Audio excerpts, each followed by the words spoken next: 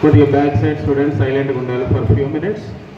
Teachers, please maintain decorum, silence, backside.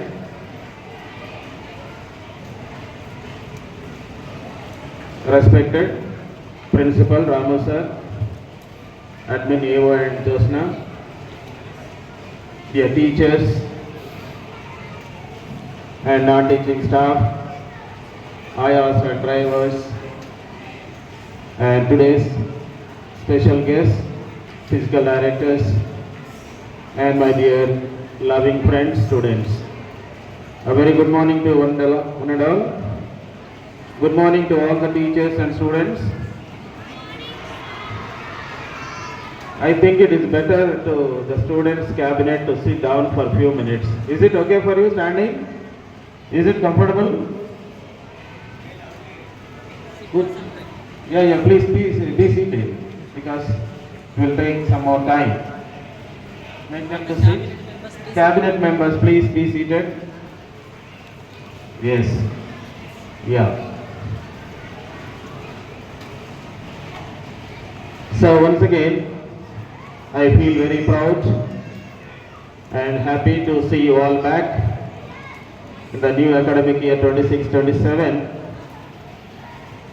And as usual, one of the prestigious or familiar program in the beginning of the academic year, as you all know, as we do every year in Fatima High School, it is, very well, the first program we start up with the investor ceremony. I think many of the students know the importance of this investor ceremony. It is simple, delegating some assignment or some responsibility of administrative works to the students' community. It is the practice of giving the responsibilities and some kind of administrative work to the students. Simply says in one line, making the students part of the administration and part of the school management. That is the reason we call it as a student cabinet. So it's all done properly, I hope. I think it is all through the democratic way, proper voting system, proper process you have done, and finally these are the students in front of you standing with more responsibility tomorrow onwards. First of all, management side, I would like to congratulate all the students who are in front of me, and shortly they are going to have the badges for the leadership. So let us give them big round of claps, all the students and teachers, for the elected new cabinet for the academic year 26-27 for Fatima High School, Tirumalagiri. Get a clap for the Abhinandinsali. Because you all know the importance of this day and the importance of the leadership. Everyone knows. Shall I ask a question? What is a leader? Whom you call a leader? Leader nani evan antam. And also there are some people who can play the same role as we call them as the managers. Managers, leaders ki difference evarkana telusa? Evarkana telusunte munduku ravali. See, always it is a significant role tomorrow onwards. All the 13, I think almost around 13 students have elected as the new cabinet. And tomorrow onwards, రేపటి నుంచి వీళ్ళు ఒక భాగస్వాములై they will show you the leadership skills. Simple, లీడర్కి మేనేజర్కి definition కూడా నేనే చెప్తాను. మేనేజర్ అనేవాడు just they will manage the existing things. ఎవరో సంబడి క్రియేట్ చేసిన దాన్ని వాళ్ళు మేనేజ్ చేస్తుంటారు by giving the work to others, juniors or followers. వాళ్ళ కింద ఉన్న వాళ్ళకి పని చెప్తూ మేనేజ్ చేస్తూ ఉంటారు managers. But where the leaders, leader అంటే ఎవరు అంటే who creates the new innovation. కొత్తదనాన్ని క్రియేట్ చేసేవాడు, ఒక కొత్త మార్గాన్ని చూపించేవాడు, ఒక కొత్త మార్గాన్ని జనాలు నడిపించేవాడు. అందుకని నేను అంటాను, leaders are not born, leaders are made. చరిత్రలో చూసుకుంటే you may witness many leaders. ఎవరైతే ఈ క్వాలిటీస్ ఉంటాయో, ఏ qualities? Who finds the way, ఒక మార్గాన్ని కనిపెట్టగలగాలి. Which is unknown to the others, ఎవరికి తెలియని ఒక మార్గాన్ని, కొత్త మార్గాన్ని కనిపెట్టగలగాలి. ఆ మార్గంలో చాలా మంది ప్రజలు నడిపించగలగాలి. ఇక్కడ ప్రజలు అంటే స్టూడెంట్స్. అండ్ ఆ మార్గంలో నువ్వు కూడా ఫాలో కావాలి. అందుకనే డెమోక్రటిక్ని ఎట్లా డిఫైన్ చేస్తారంటే, ప్రజాస్వామ్యాన్ని by the way, by the people, through the people, with the people అంటారు. అందుకనే డెమోక్రటిక్ లీడర్ ఉండాలంటే పని చేయించుకోవడం కాదు, మనం కూడా పని చేసినప్పుడే you will become the leaders. అందుకనే ఈ సమాజానికి కానీ, ఈ ప్రపంచానికి కానీ, ఈ దేశానికి కానీ ఒక నీతి నిజాయితీ గల లీడర్స్ కావాలి.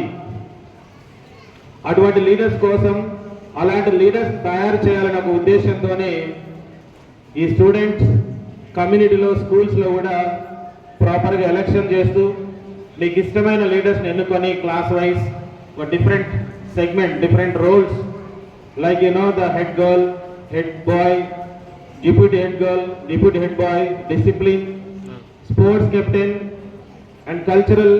Like that, there are many wings where you can show your talent and your knowledge, so that the same thing can be inspired to your junior students. అందుకనే మేము ఇది ఒక ప్రాక్టీస్గా చేస్తున్నాం Fatima school every year. So చాలా సక్సెస్ఫుల్గా, చాలా సంతోషంగా పిల్లలు పార్టిసిపేట్ చేస్తున్నారు ఓటింగ్లో. Majority of the students participating. ఒక ఓటింగ్కి ఒక అవగాహన కల్పిస్తున్నాం స్కూల్ లెవెల్ నుంచే. ఒక మంచి పరిణామం. ప్రతి స్కూల్లో ఇలాంటి యాక్టివిటీస్, ఇలాంటి ప్రోగ్రామ్ చేస్తే రేపు మీలాంటి వారు ప్రాపర్గా ఓటింగ్ చేస్తూ ఒక మంచి లీడర్స్ని ఎన్నుకోవడానికి అవకాశం ఉంటుంది. కాబట్టి ఈ యొక్క ప్రాక్టీస్ని మనం ఫాతిమా స్కూల్లో కూడా ఎవ్రీ ఇయర్ చేస్తూ ఉన్నాం. మై డియర్ స్టూడెంట్స్, ఈరోజు నేను ఇచ్చే ఒక మెసేజ్ ఏంటంటే, every student must have the aim and goals. Every స్టూడెంట్కి గోల్, ఎయిమ్స్ ఇలాంటివి ఉండాలి అంటుంటారు ప్రతిసారి.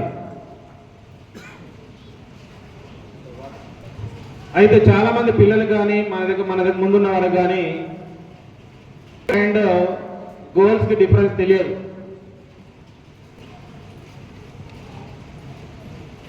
Goals may be different. Goals may be many. Every student may have the goal today early in the morning, I wanted to wake up. And they may have also another goal like I wanted to make a big score, a good score in maths or science. And they may have a goal about their sports. But when it comes to the aim, okay, aim ఎలా ఉంటుందో చెప్తాను ఈ రోజున మీకు. Only one target. ఒక leader అనేవాడు ఎలా ఉంటాడు, ఒక్కటే దాన్ని టార్గెట్ చేస్తూ ఉండాలి. And you should not deviate from the target. ఆ ఎయిమ్ను ఒకసారి మనసులో అనుకుంటే దాని నుంచి డీవియేట్ కావద్దు. ఎంతలాంటి ప్రాబ్లమ్స్ వచ్చినా, ఎన్ని సమస్యలు వచ్చినా కూడా you should not go away from your aim. చిన్న ఎగ్జాంపుల్ చెప్తాను దీనికి. నాకు చాలా ఇష్టమైన ఒక సెక్టార్ ఏంటంటే ఆర్మీ.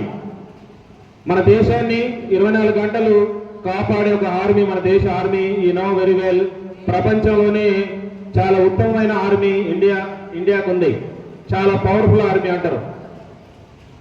ఒకసారి 1962లో, ఐ థింక్ పెద్ద పిల్లలు తెలియాలి వాట్ హ్యాపెండ్ ఇన్ 1962లో ఏం జరిగింది?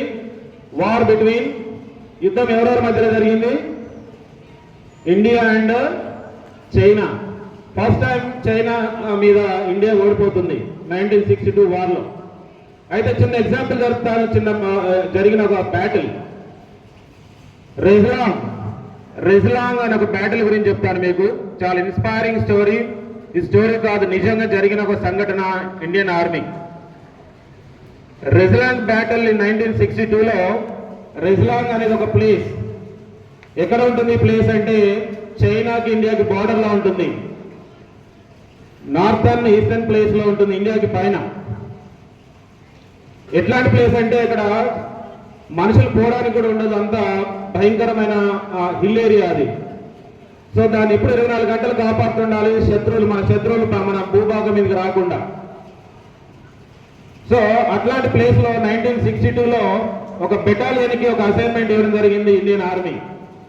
ఒక లెడ్ బై సైతాన్ సింగ్ మేజర్ జనరల్ కింద ఒక 122 మెంబర్స్ ఆర్మీని ఇచ్చి అతనికి నువ్వు 120 మెంబర్స్ తీసుకొని వెళ్ళి రెజ్లాంగ్ అనే ప్లేస్కి వెళ్ళి ప్రొటెక్ట్ చేయాలి దేశాన్ని, శత్రువు నుంచి కాపాడాలి, ఎవరు రాకుండా చూడాలి, బోర్డర్లో మీకు పోస్టింగ్ ఇస్తున్నామని ఒక పోస్టింగ్ ఇస్తారు. ఆ ప్లేస్ పేరు రెజ్లాంగ్. మిత్రులారా, సైతాన్ సింగ్ అనే ఒక మేజర్ వెరీ పవర్ఫుల్ లీడర్ 122 మందిని వెంట పెట్టుకొని ఆ ప్లేస్కి వెళ్ళి ఉంటాడు. ఒక పోస్ట్ అన్నట్టు, అది ఒక్కొక్క దగ్గర ఒక పోస్ట్ ఇస్తుంటారు, ఆర్మీ ఉంటుంది అక్కడ. తర్వాత కొన్ని రోజులకు ఏమవుతుందంటే ఓపీ అనేది ఒకటి ఉంటుంది. ఓపీ అంటే అబ్జర్వేషన్ పోస్ట్ అనేది ఒకటి ఉంటుంది. అది శత్రువులకి చైనా కానీ ఎవరికైనా తెలియదు. సీక్రెట్ ప్లేస్ ఒకటి ఉంటుంది. అందులో ఒక వ్యక్తిని పెడతారు, ఒక ఆర్మీని పెడతారు. 24 గంటలు అబ్జర్వ్ చేస్తూ ఉండాలి ఎవరైనా శత్రువులు వస్తున్నారా లేదా అని. కానీ ఆ పోస్ట్ ఎవరికి తెలియదు, అది సైలెంట్ సీక్రెట్ గా ఉంటుంది. ఒకసారి ఏమవుతుందంటే ఇయర్ 1962లో ఆ ఓపీ పోస్ట్ నుంచి ఒక సీక్రెట్ బయటకు వస్తుంది. ఇండియన్ ఆర్మీ హెడ్ క్వార్టర్కి సైతాన్ సింగ్ ఒక ఇన్ఫర్మేషన్ వస్తుంది ఆ ఓటు అబ్జర్వ్ చేసిన వ్యక్తి నుంచి. ఏంటి ఆ ఇన్ఫర్మేషన్ అంటే, సార్ మన వైపు శత్రువులు వస్తున్నారు అని ఒక ఇన్ఫర్మేషన్ వస్తుంది. ఎంత దూరంలో ఉన్నారు వాళ్ళంటే 3 కిలోమీటర్స్ దూరంలో నాకు కొంతమంది సైన్యం శత్రువులు కనిపిస్తున్నారు నాకు అని ఒక ఇన్ఫర్మేషన్ వస్తుంది. సేమ్ ఇన్ఫర్మేషన్ ఎవరికి పాస్ చేస్తున్నారు, సైతాన్ సింగ్ అనే మేజర్కి వస్తుంది ఆ ఇన్ఫర్మేషన్. పర్వాలేదులే, యూ వెయిట్ అండ్ సీ అని మేజర్ నుంచి ఆర్డర్స్ వస్తుంటాయి. సో 3 కిలోమీటర్స్ నుంచి వాళ్ళు దూసుకొస్తున్నారు, మీదికి వస్తున్నారు. అప్పుడు మళ్ళీ ఒక ఫోన్ కాల్ వెళ్తుంది మేజర్కి, sir they are approaching us, 2 kilometres దూరంలో ఉన్నారు వాళ్ళు అని అంటాడు. పర్వాలేదులే అంటాడు. మళ్ళీ 1-2 గంటల తర్వాత సార్ 1 కిలోమీటర్ దూరంలో ఉన్నారు అని అన్నప్పుడు ఎంతమంది ఉన్నారు వాళ్ళు ఒకసారి అబ్జర్వ్ చేయంటే, ఆ అబ్జర్వ్ చేసిన వ్యక్తి ఓపీ పోస్ట్ నుంచి వచ్చిన ఇన్ఫర్మేషన్ మేజర్కి ఏంటంటే, దాదాపు నాకు 2000 మంది కనిపిస్తున్నారు సార్ అని చెప్తాడు. ఇంచుమించుగా ఎంతమంది ఉన్నారు, శత్రువులు అంటారు మనం, ఆర్మీ అనకూడదు ఎదుటి వాళ్ళని, పరాయి దేశం నుంచి వస్తున్నాం మనం, మీకు దండెత్తడానికి వస్తున్నారు కాబట్టి ఆయన యూజ్ చేసిన వర్డ్ ఏంటంటే శత్రువులు. సో దాదాపు 2000 మందికి ఎబో నాకు అనిపిస్తున్న అందాలుగా చెప్తున్నాను. సో మన దగ్గర ఎంతమంది ఉన్నారు, 122 మంది మాత్రమే ఉన్నాం. అప్పుడు జనరల్ నుంచి వచ్చిన మెసేజ్ ఏంటంటే, పర్వాలేదు డోంట్ వరీ. సో మళ్ళీ ఒక ఫోన్ కాల్ వేస్తుంది, చాలా దగ్గరకు వచ్చేస్తారు. 800 metres, 500 metres, 400 metres, 300 metres, 100 metres దగ్గరకు వచ్చేస్తారు. పర్వాలేదు డోంట్ వరీ. అండ్ ఎప్పుడైతే 50 మీటర్స్ దగ్గరకు వచ్చారో అప్పుడు మేజర్ జనరల్ సైతాన్ సింగ్ ఇచ్చిన ఆర్డర్ ఏంటంటే ఆర్మీకి, మన ఆర్మీకి 122 మంది ఉన్న ఆర్మీకి ఇచ్చిన ఆర్డర్ ఏంటంటే స్టార్ట్ ఫైర్. ఏమన్నాడు అందరూ అనాలి, start firing. My dear students, మన ఆర్మీ చాలా ధైర్యంతో అవతల ఎంతమంది ఉన్నారని లెక్క చేయకుండా ఫైరింగ్ ఓపెన్ చేస్తుంది మన ఆర్మీ. ఆ ఫైరింగ్ లో you believe it or not అందరు చనిపోతారు.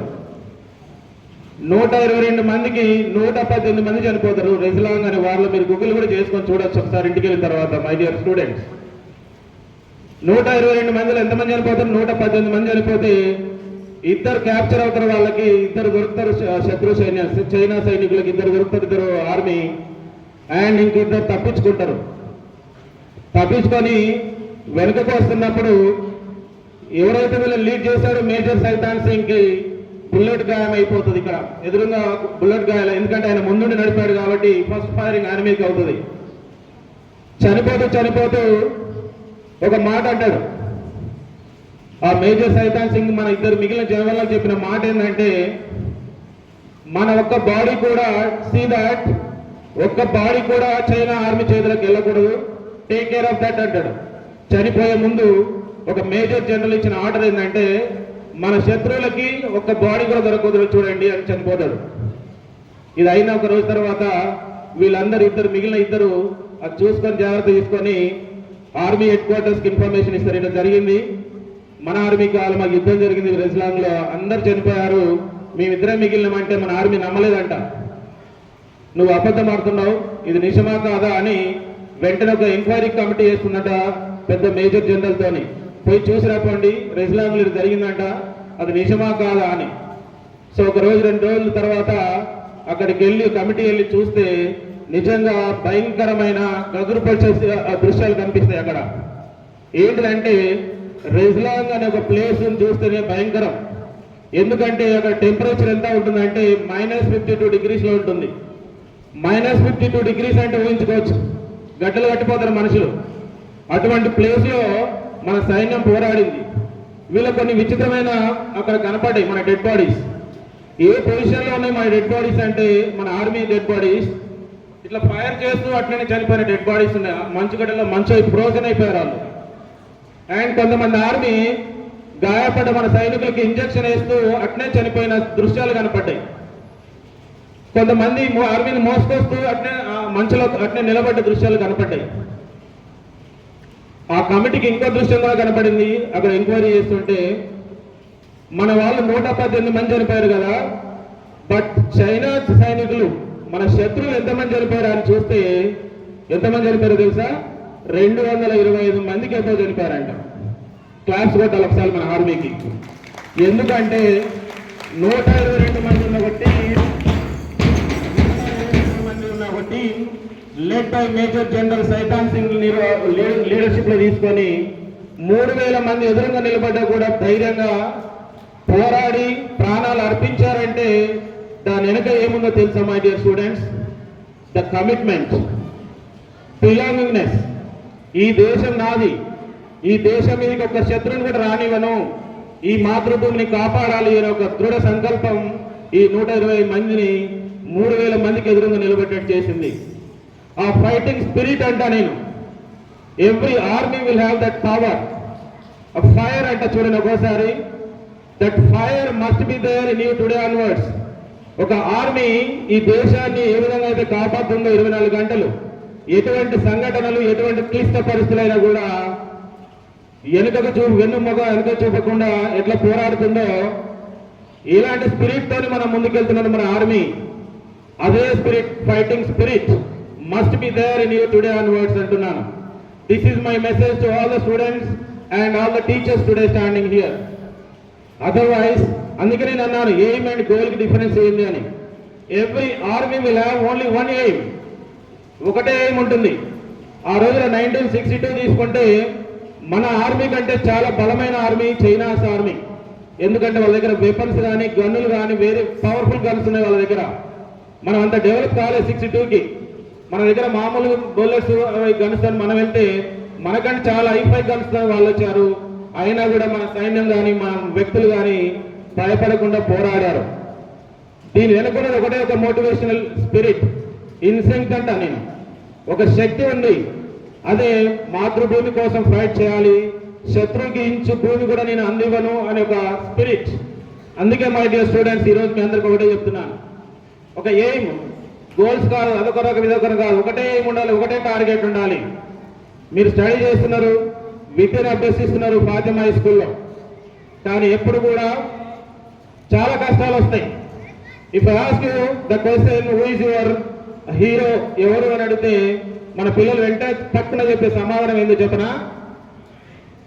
ఎవరు చెప్తారు? ఎవరైతే చెప్తారు who is your hero, favourite hero అంటే రామ్ చరణ్. పుష్ప హీరో ఎవరు? అల్లు అర్జున్, జూనియర్ ఎన్టీఆర్ కదా? కాదు my dear friends, your hero is your mother, heroine is your mother, your hero is your father, because your teacher is your hero, heroine, because they are the fighting for to bring the change. మిమ్మల్ని సమాజంలో మంచిగా education ఇచ్చి ఈ సమాజ అభివృద్ధికి పాటుపడాలి నా కొడుకు నా బిడ్డ అని చాలా కష్టపడి నీ కళ్ళ ముందే వాళ్ళకి పడుతున్న కష్టం అంతా తెలుసు మీకు. స్కూల్ పంపించాలి, బస్ ఎక్కియాలి, మార్నింగ్ వంట చేయాలి, ఫీజులు కట్టాలి అంటే ఎంత శ్రమో మీ అందరు చూస్తూ ఉన్నారు. అందుకనే నేను అంటాను they are your heroes and heroine. వాళ్ళనే మన హీరోగా తీసుకోవాలి, వాళ్ళ కష్టాలు చూడాలి, వాళ్ళ కష్టంలో భాగస్వాములు కావాలి, మనం ముందుండి నడపగలగాలి వాళ్ళని రేపటి రోజున.